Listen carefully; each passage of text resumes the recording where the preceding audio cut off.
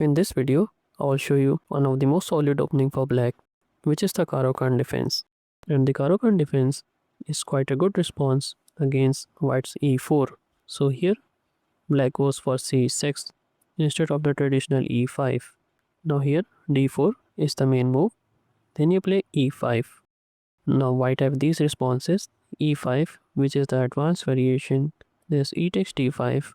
There's also knight to c3, which is the classical variation, and there's also f3, which is the fantasy variation.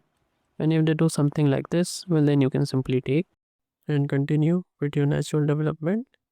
But let's look at e5, the advanced variation, which is played quite a lot. Now here you have two responses. You can go for the bishop f5 line or the c5 line. If you're like a defensive player and you want to be solid, for that you can go for bishop f5. And after something like knight f3, you can go for e6. Now you have maintained a good control and created a strong pawn chain in the center. And this bishop is also out. So let's say play something like bishop e2. Now you can go for c5, striking this pawn. So our natural response is c3. Then you can go for knight c6, adding more pressure. He castled here. Then you play queen to b6. Now you're adding even more pressure here and here. So after they play something like, say, knight here, then you can reroute this knight like this and then move the bishop and castle on the king side and continue with your attack. But the bishop f5 variation is quite slow, but you can go aggressive by playing c5 already. And if they take here, then you can simply push this pawn and continue with your natural attack. For example, after e6, let's say place like this, then you can take, and after he goes here, you can go here, let's say bishop e2, then you can simply go here. And as you can see, this pawn is under so much fire. You can also bring this knight like this to put even more pressure and win this pawn. But what if here they doesn't take and play c3? Well, this is actually bad because you can play knight c6, and after something like say knight f3, a normal developing move, you play bishop g4, pinning the knight to the queen. He goes bishop to e2, unpinning this knight. Then e6, just solidifying these pawns and opening up the bishop. And here, most players play h3, attacking the bishop. But this is bad because you can simply take the knight. This seems like a bad move because we are trading the bishop for the knight, which is generally considered not good. Now after he takes, you can go for c takes d4, and after he takes, you can hit him with queen to b6. Now this pawn is under fire, and if he tries to move the bishop here, then this pawn will be loose. So let's say place short castle here. Now you can simply take, and after he takes, you can take here.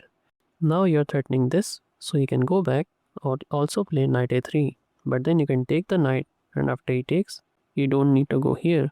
You can simply take the bishop, and after he takes, you have created so many weaknesses, and this is an easy win for black here.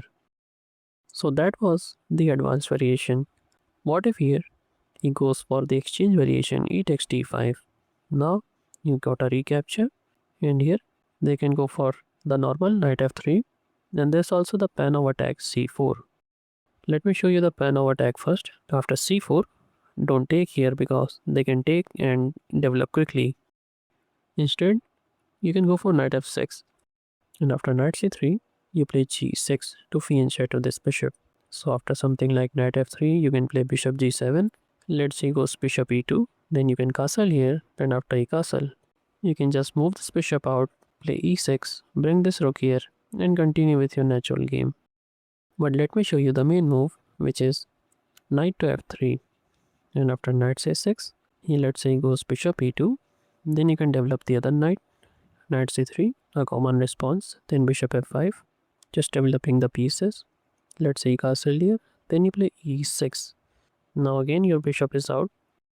Now as you can see, this is quite active, and after something like rook to e1, you can move this bishop here, and you're putting quite a good pressure on white. Your knight can also come here and damage his pawn structure. Now let me show you white's another popular response, which is knight to c3. This is the classical variation, and here you gotta take, because if you don't take and play something like knight f6, Then he can advance this pawn and attack the knight.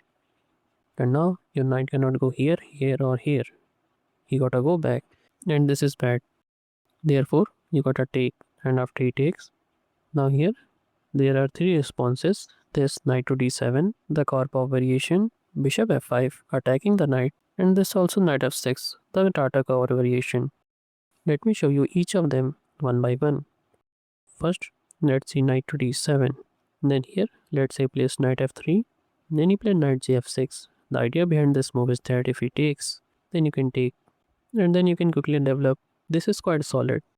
But there's a trap here, where it doesn't play knight f3. Instead, they play the sneaky queen to e2. And if you go for the natural, knight gf6, which has happened quite a lot, but this is a blunder because of knight to d6, smothered checkmate, and you cannot take this knight because there's a pin here. Therefore, whenever you place queen to e2, you can simply bring this knight here. And now, this knight gotta do something. Most people generally take, then you take, and again you can just simply develop and continue the game. Now, instead of knight to d7, you can also go for knight f6. This is quite easy to play. It is the Tartakov variation, and after he takes, you recapture with the e pawn. Knight f3, a normal move, then bishop d6, and after they go bishop e2, you can simply castle here. And after they castle, this is the maneuver you have to remember. There's rook to e8, and then you can move this bishop anywhere. Then your knight will come here on this square. Let me show you. You play rook to e8. Let's say you place bishop d2. Then you play knight to d7. And after bishop d3, activating the bishop here, you can also move this knight here. But this knight is going to protect your king. So after something like rook to e1, you can simply go for bishop g4.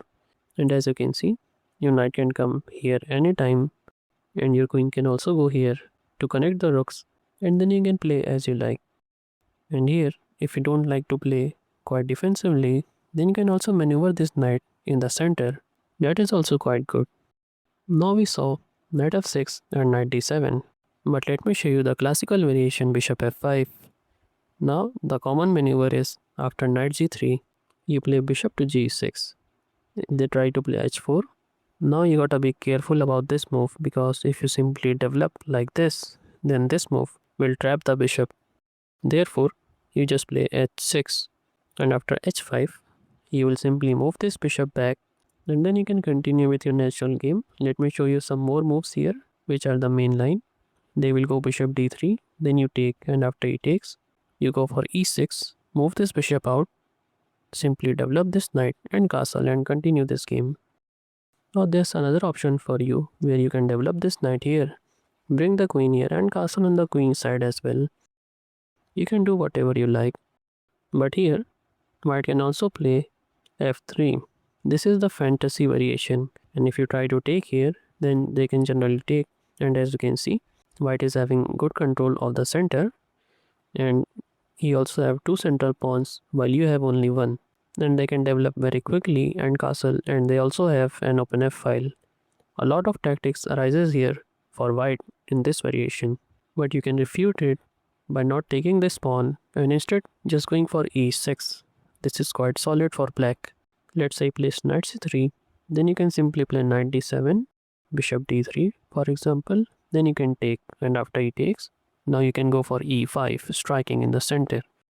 Now moving this pawn forward is not that great, so they generally take, but then you can take, and now black is okay here.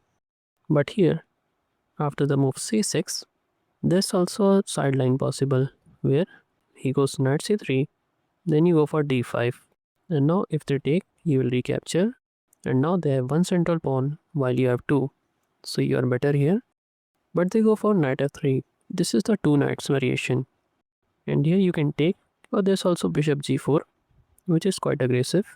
But let me show you d takes e4 first, and after he takes, you can go for the same thing. There's bishop f5 or knight f6, which we have saw earlier. But let me show you the aggressive line, which is bishop g4, pinning the knight to the queen. If he plays a passive move like bishop e2, then don't take here, because you will be bringing his knight in the center. Instead, you can simply defend it like this and continue with the natural plan. developing your knight, moving the bishop here or here, and castle quickly to launch your attack.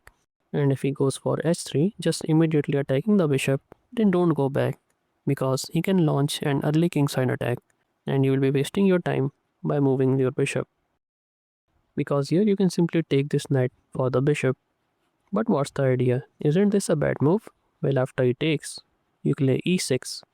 And now as you can see, you have again created the same pyramid, and this is quite solid for black. So now you know how to play the Caro-Kann defense. And if you want to learn some more amazing chess openings, then you should definitely check out this playlist. And if you want to learn some chess traps, then you can check out this right playlist. And if you don't want to miss the upcoming videos, then don't forget to subscribe.